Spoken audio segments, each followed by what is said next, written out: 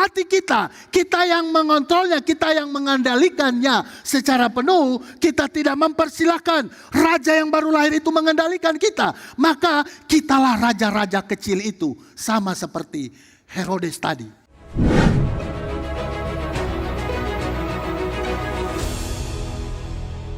Shalom, chào Ang. Chào Sang Hao. Ya, hao ya. Baik, saya juga hao. Ya, karena momen Natal ini momen sukacita, banyak beli baju baru, banyak beli ornamen Natal, kita hias rumah kita dan lain sebagainya. Banyak hal yang kita sudah siapkan. Kalau ibu-ibu sudah beli kue Natal, ada yang buat sendiri persiapan untuk merayakan Natal. Itu semua sukacita kita. Nah, Bapak Ibu Saudara yang kasih oleh Tuhan, tidak cukup dari itu. Mari kita melihat apa sih sebenarnya yang harus kita lakukan, yang esensi daripada Natal. Bukan hanya perayaan, tapi benar-benar kita menyambut Natal, merayakan sesuai dengan esensinya. Nah, Bapak Ibu Saudara yang kasih oleh Tuhan, tadi kita telah melihat drama. Drama tentang siapa? Tentang Herodes. Nah, tentang Herodes yang gelisah, kemudian dia takut dan bahkan marah karena kelahiran seorang bayi. Ya, bayi yang baru lahir, seorang raja, namanya adalah Immanuel. Nah, Bapak Ibu Saudara yang kasih oleh Tuhan, sebelum kita lanjut pada cerita ini, saya akan membacakan teks kita, firman Tuhan. Ya, saya bacakan di dalam Injil Matius pasal yang kedua ayat 1 sampai 12 dan bahkan ayat 16. Saya akan baca secara lompat-lompat karena durasi. Bapak Ibu Saudara, Injil Matius pasal 2 ayat 1, demikian bunyi firman Tuhan. Sesudah Yesus dilahirkan di Bethlehem di tanah Yudea pada zaman Raja Herodes, datanglah orang-orang Majus dari timur ke Yerusalem dan bertanya-tanya, di manakah dia, raja orang Yahudi yang baru dilahirkan itu? Kami telah melihat bintangnya di timur dan kami datang untuk menyembah dia. Ketika Raja Herodes mendengar hal itu, terkejutlah ia beserta seluruh Yerusalem.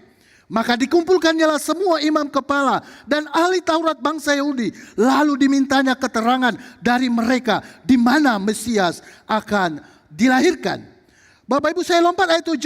Lalu dengan diam-diam Herodes memanggil orang-orang Majus itu dan dengan teliti bertanya kepada mereka, bila mana bintang itu nampak? Kemudian ia menyuruh mereka ke Bethlehem, katanya, pergi dan selidikilah dengan seksama hal-hal mengenai anak itu. Dan segera sesudah kamu menemukan dia, kabarkanlah kepadaku, supaya aku pun datang menyembah dia. Setelah mendengar kata-kata raja itu, berangkatlah mereka. Dan lihatlah bintang yang mereka lihat di timur itu mendahului mereka hingga tiba dan berhenti di atas tempat di mana anak itu berada. Kemudian ayat 11, maka masuklah mereka ke dalam rumah itu dan melihat anak itu bersama Maria, ibunya, lalu sujud menyembah dia. Mereka pun membuka tempat harta bendanya dan mempersembahkan persembahan kepadanya, yaitu emas, kemenyan, dan mur. Dan karena diperingatkan dalam mimpi supaya jangan kembali kepada Herodes, maka pulanglah mereka ke negerinya melalui jalan lain. Kemudian ayat terakhir, ayat 16, ketika Herodes tahu bahwa ia telah diperdayakan oleh orang-orang Majus itu, ia sangat marah. Lalu ia menyuruh membunuh semua anak di Bethlehem dan sekitarnya, yaitu anak-anak yang berumur 2 tahun ke bawah, sesuai dengan waktu yang dapat diketahuinya dari orang-orang Majus itu. Demikian bacaan firman Tuhan. Berbahagialah kita yang membaca dan melakukan firman Tuhan. Maranatha. Ya, Bapak Ibu Saudara kasih oleh Tuhan, sebelum kita lebih detail lagi bicara tentang Herodes, mari kita mengenal terlebih dahulu Herodes di dalam Alkitab. Sebab bukan hanya satu Herodes, supaya persepsi kita sama. Nah, saya akan memberitahukan, ada kurang lebih 4 raja Herodes di dalam Alkitab. Ya. Yang pertama, Herodes Agung atau Herod the Great. Herodes yang dimaksud adalah Herodes yang akan kita ceritakan hari ini. Dia memerintah saat Yesus lahir, yang didatangi oleh orang Majus, kemudian yang memerintahkan membunuh bayi-bayi di Bethlehem usia 2 tahun ke bawah. Dan tokoh yang akan kita ceritakan hari ini. Yang kedua, Herodes yang kedua itu ada namanya adalah Herodes Antipas. Siapa dia? Secara sederhana, Herodes Antipas itu adalah Herodes yang memerintah Galilea. Ketika Herodes Agung mati, ini adalah yang akan menggantikan Herodes Agung. Jadi ada 3 anak Herodes yang memerintah setelah Herodes Agung. Jadi wilayah Yudea dibagi 3. Nah, kemudian Herodes Antipas ini memerintah daerah Galilea. Kemudian dialah yang memenggal Yohanes Pembaptis. Ceritanya di dalam Markus pasal 6 ayat 14 sampai 29. Karena Yohanes menegur Herodes Antipas ini karena mengambil iparnya, diperistrikan, istri dari saudaranya. Nah, karena ditegur, marahlah dia dan akhirnya cerita itu berakhir kepala Yohanes Pembaptis dipenggal. Nah, kemudian Yohanes Antipas ini jugalah yang mengadili Yesus bersama Pilatus. Jadi Herodes yang mengadili Yesus itu berbeda dengan Herodes yang waktu Yesus lahir. Nah, supaya kita sama-sama mengerti. Nah, yang berikut, yang ketiga, Herodes Agripa I. Ya. Herodes Agripa I itu cucu dari Herodes Agung. Kalau Herodes Antipas itu anaknya. Kalau Herodes Agripa I itu cucunya. Nah, tapi bukan lahir dari Antipas, dari dari ibu yang berbeda. Nah, Bapak Ibu Saudara yang kasih oleh Tuhan, Herodes Agripa I itu adalah dialah yang membunuh Yakobus. Itu terdapat kisahnya di dalam Kisah Para Rasul pasal 12. Dia juga yang menangkap Petrus. Kemudian Herodes ini diceritakan mati dimakan cacing karena kesombongannya. Nah, itu yang ketiga. Yang terakhir, Herodes Agripa II. Ini anak dari Agripa I. Dan dia adalah cicit daripada Herodes Agung. Dia yang mendengar pembelaan Paulus di dalam Kisah Para Rasul waktu Paulus melakukan pembelaan atas kerasulannya. Ya. Dan kemudian dia terkenal karena hubungannya yang rumit dengan saudari tirinya yang bernama Berenike. Dan yang terakhir, raja terakhir yang memerintah di dinasti Herodes. Setelah itu Roma yang memerintah secara langsung. Nah, Bapak Ibu Saudara yang dikasihi oleh Tuhan. Sekarang kita masuk pada pokok pembahasan kita, yaitu Herodes Agung. Mari kita lebih detail melihat siapakah Herodes Agung itu.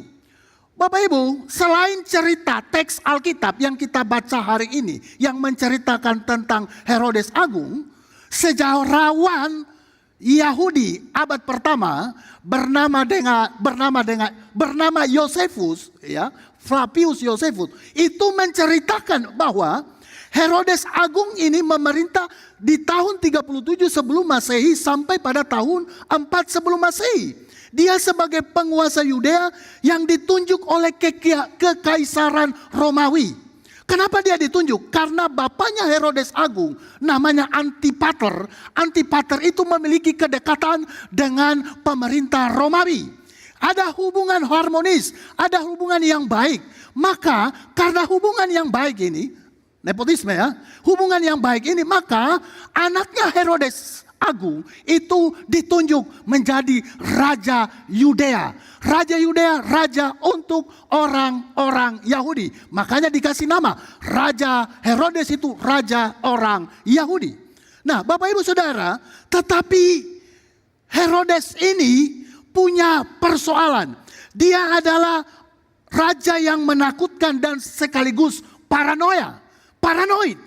Bapak Ibu, dia itu membunuh istri favoritnya yang bernama Mariamne karena takut. Mariamne itu mengkudeta dia atau melakukan hal yang bisa membuat dia turun dari tahtanya sebagai raja. Bukan hanya istrinya, tetapi ternyata dia juga membunuh anak kandungnya sendiri. Ada 3 anak kandungnya yang dia bunuh. Luar biasa. Apalagi, bahkan dia juga membunuh Imam Hananael, imam besar, karena dianggap ancaman bagi dia. Jadi singkatnya Bapak Ibu, Herodes Agung ini, siapapun yang ada di kerajaan, siapapun yang ada di sekitarnya, kalau mencurigakan bagi dia, itu pasti akan dihabisi, pasti akan dibunuh. Karena takut dia akan kehilangan posisinya sebagai raja. Tapi di sisi lain, ya, Yosefus juga menceritakan bahwa ternyata Raja Herodes ini sebenarnya orang yang hebat. Hebat secara kemampuan kepemimpinan. Dalam kepemimpinan dia itu berhasil merombak bait Allah secara besar-besaran.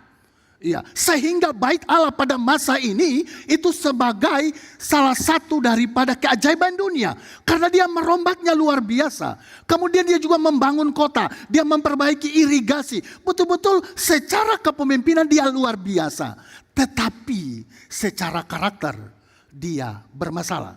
Nah, Bapak Ibu Saudara yang kasih oleh Tuhan, kita lanjut. Bagaimana Alkitab menceritakan sesuai teks kita pada pagi hari ini. Alkitab menggambarkan sebagai raja yang kejam, paranoid, dan terobsesi pada kekuatan, pada kekuasaan. Matius 2 ayat 3 berkata, ketika Raja Herodes mendengar hal itu, terkejutlah ia dan seluruh Yerusalem. Saya akan menjelaskan bagian ini. Apa maksud dari kata terkejut di sini? Kemudian yang kedua, dalam ayat 16 tadi dikatakan, maka sangat marahlah Herodes, lalu menyuruh membunuh semua anak di Bethlehem dan sekitarnya. Wow, luar biasa Herodes ini ya.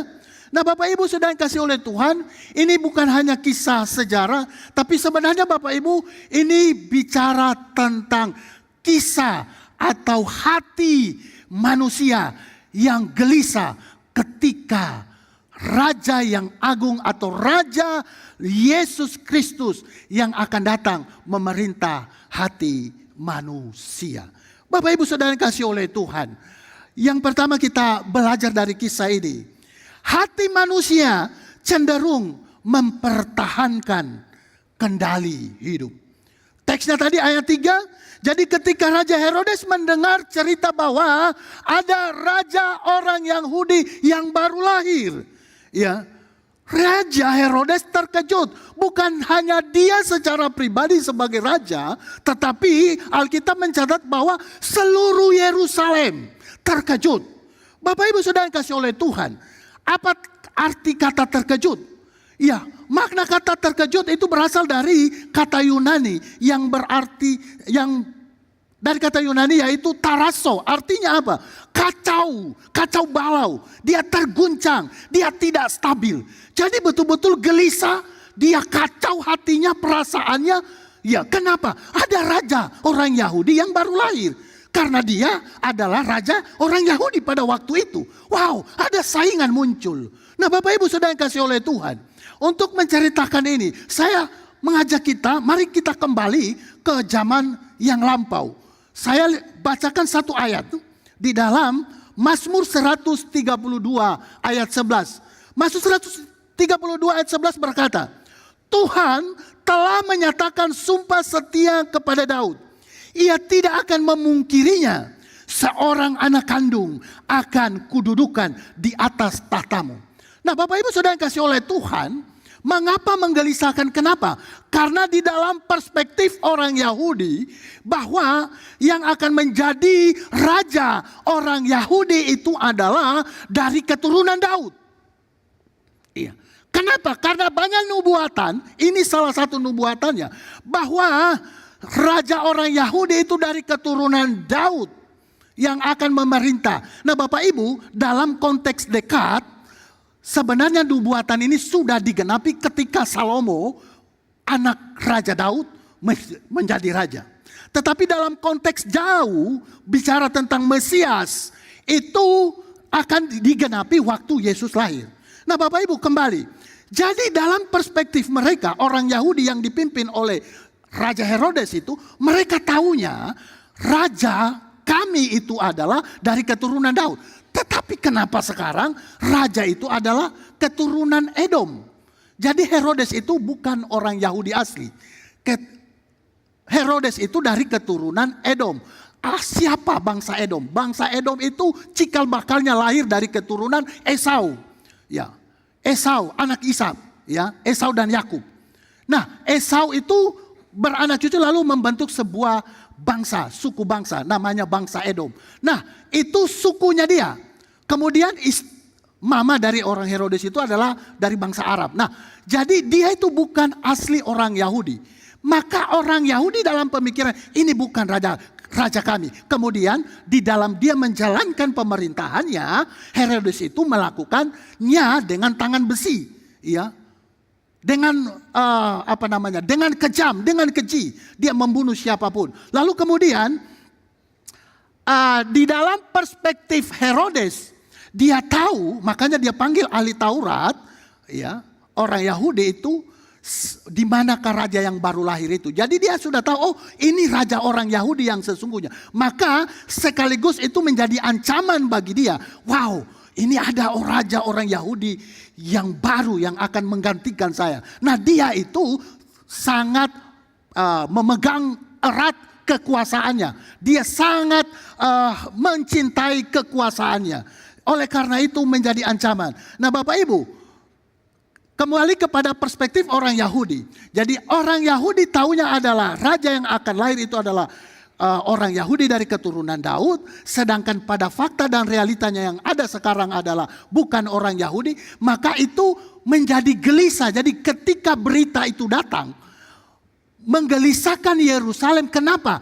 Karena pertama, harapan itu sepertinya akan terpenuhi. Karena yang mereka harapkan adalah raja secara politis akan menggulingkan Raja Herodes. Tetapi di satu sisi mereka lihat Herodes adalah raja yang beringas.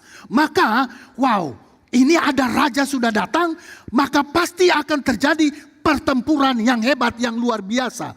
Karena faktanya yang mereka lihat, Herodes itu membunuh siapa saja yang menjadi ancaman bagi dia. Nah, saat ini berita kelahiran itu sudah ada. Maka mereka was-was, ini akan terjadi perang yang luar biasa. Nah, Bapak Ibu Saudara yang kasih oleh Tuhan, saking beringasnya Herodes ini sampai Kaisar Agustus pernah melontarkan kalimat, dia bilang begini, lebih baik menjadi anjing Herodes daripada menjadi anaknya, karena tidak aman. Karena kalau menjadi ancaman itu bisa saja dibunuh. Luar biasa. Nah, Bapak Ibu Saudara yang kasih oleh Tuhan, jadi kalau kita mau membandingkan raja yang diharapkan oleh Yahudi dengan Raja Herodes itu memang sangat berbeda. Coba kita lihat, kalau raja yang baru lahir ini atau Raja Yesus itu dia betul-betul berasal dari garis keturunan Daud. Kemudian dia dipilih oleh Tuhan, raja yang ditentukan oleh Tuhan berdasarkan nubuatan itu. Kemudian dialah raja bangsa Israel asli. Kemudian dia takut akan Tuhan. Nah, sedangkan Raja Herodes pada waktu itu, dia bukan orang Yahudi asli, dia adalah orang Idumea atau orang Edom. Kemudian dia diangkat bukan oleh orang Roma. Dia diangkat bukan oleh orang Yahudi, tapi dia diangkat oleh siapa? Oleh orang Roma. Nah, jadi bagi orang Yahudi, kami tidak angkat dia jadi raja. Nah, kemudian tidak ada garis keturunan Daud. Dan kemudian dia tidak takut akan Tuhan. Jadi secara histori dan secara nubuatan, Herodes itu tidak cocok menjadi raja orang Yahudi. Nah, inilah yang menggelisahkan Herodes. Bapak Ibu Saudara yang dikasih oleh Tuhan.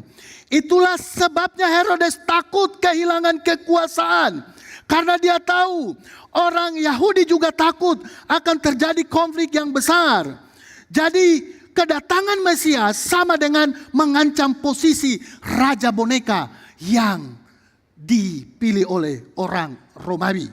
Jadi Yerusalem terkejut bukan karena Yesus lahir, tapi karena tahu Herodes akan bertindak brutal untuk mempertahankan kekuasaannya. Maka dia tidak segan-segan untuk mempertahankan itu. Dia memerintahkan seluruh bayi usia 2 tahun ke bawah, sesuai dengan informasi yang dia dapat dari orang Majus itu, harus dibunuh. Dengan maksud supaya raja orang Yahudi itu tidak memerintah. Nah, Bapak Ibu Saudara yang dikasihi oleh Tuhan. Ini menceritakan sikap hati manusia. Cerita Herodes itu menceritakan sikap hati manusia yang merasa terancam karena tahta dirinya akan dipimpin oleh raja yang adil, raja yang baru lahir, yaitu Tuhan Yesus itu sendiri. Kita tidak suka Tuhan mengambil alih kendali hidup kita. Kita tidak suka rencana pribadi kita diambil alih oleh Tuhan. Kita tidak suka masa depan kita diganggu ataupun ditentukan oleh Tuhan. Dan kita tidak suka relasi kita dikendalikan oleh Tuhan. Bahkan kita tidak suka kenyamanan kita diganggu oleh Tuhan. Bapak Ibu Saudara yang dikasihi oleh Tuhan. Seperti Herodes, kita juga ingin tetap menjadi raja kecil atas hidup kita sendiri. Kita ingin keadaan tetap sesuai dengan keinginan kita. Kita sudah berdoa, tapi kita masih memikirkan, kita mau, saya mau jalan seperti ini. Katanya sudah berdoa, tapi tetap kita yang mengendalikan. Kalau kita sudah berdoa, Tuhan yang menentukan, Tuhan yang akan memimpin kita. Kita imani, kita jalan sesuai dengan kehendak Tuhan. Tapi terkadang kita tidak mau seperti itu. Dan kita ingin itu keadaan tetap sesuai jalan keinginan kita. Kita ingin tetap memegang arah hidup kita, arah hidup keluarga kita. Kita sulit berserah saat kesehatan kita menurun. Waktu kita mulai sakit-sakit, oke berdoa, tapi kita masih gelisah. Bagaimana sakit ini ya? Bagaimana ya? Masih gelisah hati kita. Padahal kan kita sudah doakan. Tuhan yang memegang di atas masa depan kita, masa depan anak kita, masa depan cucu-cucu kita. Kita yang mau menentukan. Padahal masa depan setiap kita ada di tangan Tuhan. Amin Bapak Ibu. Bapak Ibu Saudara yang dikasihi oleh Tuhan. Seorang penulis Kristen terkenal namanya Rebecca Manley Piper pernah berkata begini, whatever control us is our Lord.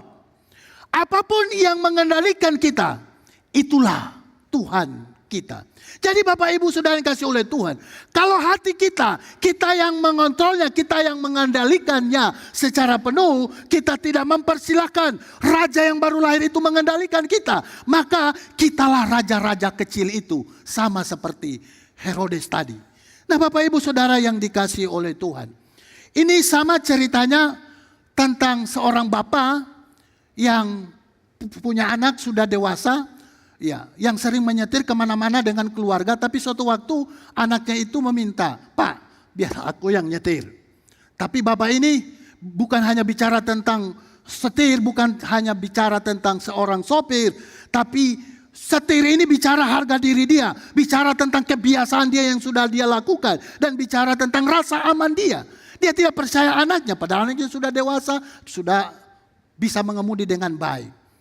Dia tidak mau kasih setir itu kepada anaknya. Dia mau yang mengendalikan sendiri pada usianya sudah cukup tua. Nah Bapak Ibu Saudara yang kasih oleh Tuhan, demikian juga kehidupan rohani kita. Kadang kita jadikan Yesus itu, Tuhan itu sebagai sopir cadangan kita. Pada saat nyaman kita yang menyetir kehidupan kita. Tapi waktu keadaan begitu sulit, kadang baru kita ingat Tuhan. Atau bahkan keadaan sulit pun kita tetap menyetir. Kita tidak menyerahkannya kepada Tuhan yang mengendalikan seutuhnya. Bapak Ibu Saudara yang dikasihi oleh Tuhan, kalau begitu, bagaimana seharusnya kita merespons kedatangan Raja Yesus yang baru lahir itu? Cara kita merespon adalah mari kita menyerahkan tata hidup kita kepada Sang Raja sejati itu. Mari kita baca di dalam Matius pasal 2 ayat 11 berkata begini. Maka masuklah mereka ke dalam rumah itu dan melihat anak itu bersama Maria ibunya. Lalu sujud menyembah dia. Mereka pun membuka tempat harta bendanya dan mempersembahkan persembahan kepadanya, yaitu emas, kemenyan, dan mur. Bapak Ibu, siapa itu para Majus? Ya secara singkat para Majus itu adalah orang bangsawan, kaum terpelajar, ya bukan orang kecil, bukan orang biasa-biasa. Tetapi ketika mendengar dan mengetahui bahwa ada raja yang baru lahir, Respons mereka datang dari jauh-jauh, dari negeri Persia, dari negeri Babel, untuk datang mencari raja yang baru lahir itu. Karena mereka tahu, berdasarkan ilmu perbintangan dia tahu, oh ini raja yang sesungguhnya. Maka mereka datang, jaraknya kurang lebih itu 10.000 kilometer. Tapi dia mau datang. Yerusalem dengan Bethlehem itu kurang lebih 10 kilo jaraknya. Herodes ada di Yerusalem. Sangat berbeda dengan Herodes responnya. Respon orang Majus ketika mendengar ada raja baru lahir, dia datang jauh-jauh, bahkan membawa persembahan, kemenyan emas dan mur. Tapi Herodes tidak. Dia mengeraskan hatinya. Kenapa? Karena raja yang baru lahir itu dilihat sebagai ancaman. Nah, Bapak Ibu Saudara yang kasih oleh Tuhan, respon orang Majus ini dikatakan dia datang ketemu dengan bayi yang baru lahir itu bersama ibunya Maria dan Yusuf. Apa yang terjadi? Mereka lalu sujud menyembah kepada bayi yang baru lahir itu. Apa makna kata menyembah? Kata menyembah berasal dari kata Yunani proskuneo. Artinya adalah, Bapak Ibu, proskuneo itu artinya adalah menjatuhkan diri, tunduk total, memindahkan hak kendali kepada seseorang yang lebih berkuasa. Bapak Ibu Saudara, mohon maaf saya praktekkan.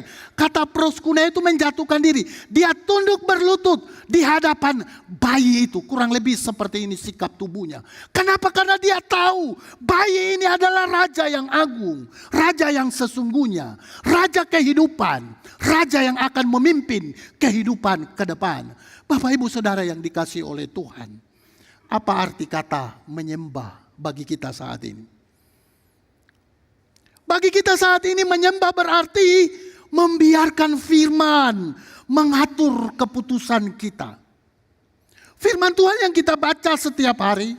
Firman Tuhan yang kita dengar ketika khotbah, ketika hari Minggu, ketika komisi, ketika di mobil, dimanapun. Kalau firman Tuhan itu menegur kita, biarkan dia yang mengatur kita. Kita responi firman Tuhan itu. Kita datang dengan sikap menyembah. Tuhan ini saya. Kalau ada dosa yang ditegur, datanglah, mengakulah. Tuhan saya salah. Saya minta ampun. Saya sudah berdosa. Bapak Ibu Saudara dikasih oleh Tuhan. Apalagi arti menyembah bagi kita saat ini. Adalah mempercayakan masa depan kita ke dalam tangannya. Mempercayakan kesehatan kita ke dalam tangannya. Secara manusia kita berusaha mengupayakan kesehatan kita supaya baik-baik. Ya, dengan pola hidup yang sehat, makan yang sehat dan lain sebagainya. Tetapi kita juga harus percaya bahwa umur kita itu ditentukan oleh Tuhan. Bukan oleh kita manusia. Bapak Ibu Saudara yang kasih oleh Tuhan. Kita percayakan kesehatan kepada Dia. Karena Dialah yang tahu yang terbaik untuk kita. Nah, kemudian Bapak Ibu yang dikasih oleh Tuhan. Apalagi arti kata menyembah bagi kita saat ini. Kita siap atau rela dikoreksi oleh Tuhan. Dikoreksi oleh firman Tuhan. Dikoreksi juga oleh pemimpin-pemimpin gereja. Oleh majelis. Oleh hamba Tuhan. Oleh bahkan suami istri kita. Bahkan anak kita. Kalau memang itu salah, siap dikoreksi. Responi koreksi itu dengan baik. Bapak Ibu Saudara yang kasih oleh Tuhan. Apalagi kita berhenti memaksakan kehendak sendiri. Saya sakit. Saya sudah berdoa kepada Tuhan. Kenapa sakit ini tidak hilang-hilang? Saya sudah berupaya. Sudah berobat. Tapi kenapa tidak sembuh-sembuh? Oh, itu artinya kita harus berserah. Kasih kepada Tuhan. Tuhan yang akan memimpin kesehatan kita. Amin Bapak Ibu. Yang terakhir adalah menyembah itu berarti membiarkan Tuhan memimpin seluruh aspek kehidupan kita. Itulah makna penyembahan bagi kita. Bapak Ibu Saudara yang dikasihi oleh Tuhan. Pertanyaannya bagi kita pada hari ini. Apakah kita seperti orang Majus atau seperti Herodes? Apakah Tuhan memimpin ketika relasi keluarga kita sedang ada masalah? Pernahkah waktu kita bertengkar dengan suami, istri atau anak kita, Pak, Mah, kayaknya kita sudah salah. Mari kita datang sama Tuhan, minta hikmat Tuhan, pimpinan Tuhan. Adakah yang seperti itu? Kita berdoa lalu membiarkan Tuhan bekerja di dalam keluarga kita. Apakah Tuhan memimpin saat keputusan finansial kita harus diambil? Ketika keadaan ekonomi begitu sulit, toko tidak laris, ada banyak masalah. Apakah kita menyerahkan itu kepada Tuhan dan membiarkan Dia yang memimpin? Apakah Tuhan memimpin saat masa depan bagi anak-anak muda terasa suram? Saya sudah sekolah, bahkan ke luar negeri. Tapi kok kenapa ya saya tidak dapatkan pekerjaan? Masihkah kita mempercayakan, saya percaya masa depanku ada di dalam genggaman tangan Tuhan? Yang berikut, ataukah kita lebih percaya pada rencana kita sendiri?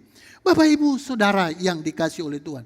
Ini sama halnya seperti ada seorang yang sakit dan sakitnya itu harus dioperasi oleh dokter. Tapi dia tidak mau, dia tidak percaya dokter. Ya jadi dia memegang sakitnya itu, biar misalnya begini. Tapi kemudian diinformasikan bahwa dokter ini baik, dia sangat profesional, baik dalam melakukan pekerjaannya, dia ahli di bidang itu. Nanti lama-lama baru dia serahkan. Tapi sebelumnya dia tidak mau menyerahkan. Nah Bapak Ibu, kurang lebih mungkin seperti itu. Kadang kita tidak mau menyerahkan sepenuhnya kepada Tuhan. Hanya kita yang mau mengatur hidup kita. Bapak Ibu Saudara dikasihi oleh Tuhan, C.S. Lewis, teolog dan penulis buku, berkata begini, "Nothing that you have not given away will ever be really yours." Artinya apa? Tidak ada sesuatu pun yang tidak kamu berikan akan benar-benar menjadi milikmu. Artinya apa Bapak Ibu? Bapak Ibu Saudara, apa yang kita pegang erat mungkin tidak pernah benar-benar menjadi milik kita kecuali ketika kita rela melepasnya. Jadi ketika ada sesuatu atau ada bidang dalam hidup kita, kita pegang erat-erat, kita tahu ini bagian saya yang menentukan ini. Itu tidak benar-benar menjadi milikmu ketika semuanya itu kamu serahkan kepada Tuhan. Karena hidup memang seluruhnya ini milik Tuhan, amin. Hidup mati itu milik Tuhan. Apapun yang ada pada kita, semua kekayaan, semua anggota keluarga itu milik Tuhan. Semuanya milik Tuhan. Jangan kita pegang, jangan kita atur menurut kehendak kita. Tapi mari kita menyerahkan semuanya kepada Tuhan, memimpin kita dan menuntun kita. Bapak Ibu Saudara yang dikasihi oleh Tuhan. Kalau begitu, ya, kita tidak akan mampu menyerahkan tata hidup kita dengan perintah, dengan teguran, ataupun rasa bersalah saja. Hanya ada satu yang bisa melunakkan hati manusia. Supaya kita bisa betul-betul menyerah secara total di hadapan Tuhan. Apa itu? Yaitu kasih karunia Allah. Kasih karunia Raja yang datang. Yang bukan untuk mengancam tapi untuk menyelamatkan manusia yang berdosa. Bapak Ibu Saudara yang kasih oleh Tuhan. Jadi kasih Allah tidak datang untuk mengancam kita, melainkan untuk menyelamatkan kita yang berdosa. Yohanes 3:17 berkata, sebab Allah mengutus anaknya ke dalam dunia, bukan untuk menghakimi dunia, melainkan untuk menyelamatkan dunia. Bapak Ibu, Yesus tidak lahir untuk menggulingkan Herodes. Dia tidak datang untuk mengancam Herodes, bahkan mengancam kita. Melainkan dia datang untuk menyerahkan dirinya sebagai korban pendamaian bagi dosa-dosa kita. Bapak Ibu Saudara yang kasih oleh Tuhan, Herodes mempertahankan tahta dengan membunuh anak-anak. Yesus menyerahkan tahtanya di surga untuk mati bagi anak-anak manusia. Herodes menumpahkan darah orang lain untuk mempertahankan kekuasaan. Yesus menumpahkan darahnya sendiri untuk memberikan hidup. Herodes membunuh untuk tetap menjadi raja. Yesus mati untuk menjadi raja. Bapak Ibu Saudara kekasih Tuhan, ini paradoks yang luar biasa antara Raja Herodes dan Raja Yesus Kristus. Dan inilah inti Injil itu. Adalah raja tidak meminta rakyat mati baginya, melainkan raja justru mati bagi rakyatnya. Bapak Ibu Saudara, John Stott pernah berkata begini, He, Christ, sacrifice himself in order to save the world. Kristus mengorbankan dirinya untuk menyelamatkan dunia. Bapak Ibu Saudara yang kasih oleh Tuhan, apa maksudnya itu? Dia mengorbankan itu karena kekuatan kasihnya. Alkitab berkata bagian lain, karena begitu besar kasih Allah akan dunia ini, sehingga dia mengorbankan putranya, supaya setiap orang yang percaya kepadanya tidak binasa, melainkan beroleh hidup yang kekal. Jadi raja sejati itu mengorbankan dirinya untuk rakyat yang dicintai dan dikasihi. Inilah kekuatan kasih Bapak Ibu. Jadi tindakan kasih itu menaklukkan hati manusia, bukan dipaksa. Kita menyerah bukan karena terancam, tapi karena tergerak oleh kasih. Kasih karunia Yesuslah, dan bukan ancaman, dan bukan juga intimidasi yang membuat hati manusia benar-benar bisa tunduk kepadanya. Bapak Ibu Saudara yang kasih oleh Tuhan, inilah kekuatan Injil itu. Ketika kita melihat dan mengalami kasih Yesus Kristus yang sudah dilakukan di salib, hati kita dilembutkan, dilepaskan, dan dimampukan untuk berserah kepada Dia. Bapak Ibu Saudara, jadi karena Injil kita dapat menyerahkan masa depan kita yang belum pasti. Dan karena Injil kita dapat menyerahkan rasa takut akan kehilangan. Dan karena Injil kita dapat menyerahkan kekhawatiran kita akan kesehatan kita. Dan karena Injil kita dapat menyerahkan rencana keluarga kita. Dan karena Injil kita dapat menyerahkan seluruh hidup kita secara total di hadapan Tuhan. Amin Bapak Ibu. Bapak Ibu Saudara yang kasih oleh Tuhan, hari ini kita berdiri di hadapan dua raja. Raja Herodes yang mempertahankan dengan ketakutan. Yang kedua, Raja Yesus yang menyerahkan tata demi kasihnya. Pertanyaannya untuk kita, siapakah yang duduk di tata hatimu saat ini? Siapa yang duduk di tata hati kita saat ini? Mari kita introspeksi diri kita. Mari kita lihat, siapakah yang banyak mengatur hidup ini? Tuhankah atau saya? Apakah kita masih seperti Herodes? Takut kehilangan kontrol? Takut kehilangan kendali? Atau seperti para majus, datang bersujud dan menyerahkan segalanya kepada Dia? Bapak Ibu Saudara yang kasih oleh Tuhan, penutup saya hari ini, salah seorang penulis buku, Kyle Idleman, dalam bukunya Not Event, pernah menulis begini. Yesus akan menjadi sungguh-sungguh nyata ketika saya sampai pada akhirnya. Saya sampai pada akhir dari keakuan saya. Apa maksudnya? Ketika kita benar-benar membawa seluruh keegoisan keakuan kita, menyerahkan kepada Raja yang agung itu, Raja yang adil itu, Raja Yesus yang mengendalikan hidup kita, di sanalah kita akan melihat Yesus benar-benar hidup di hidup kita. Amin. Mari kita berdoa.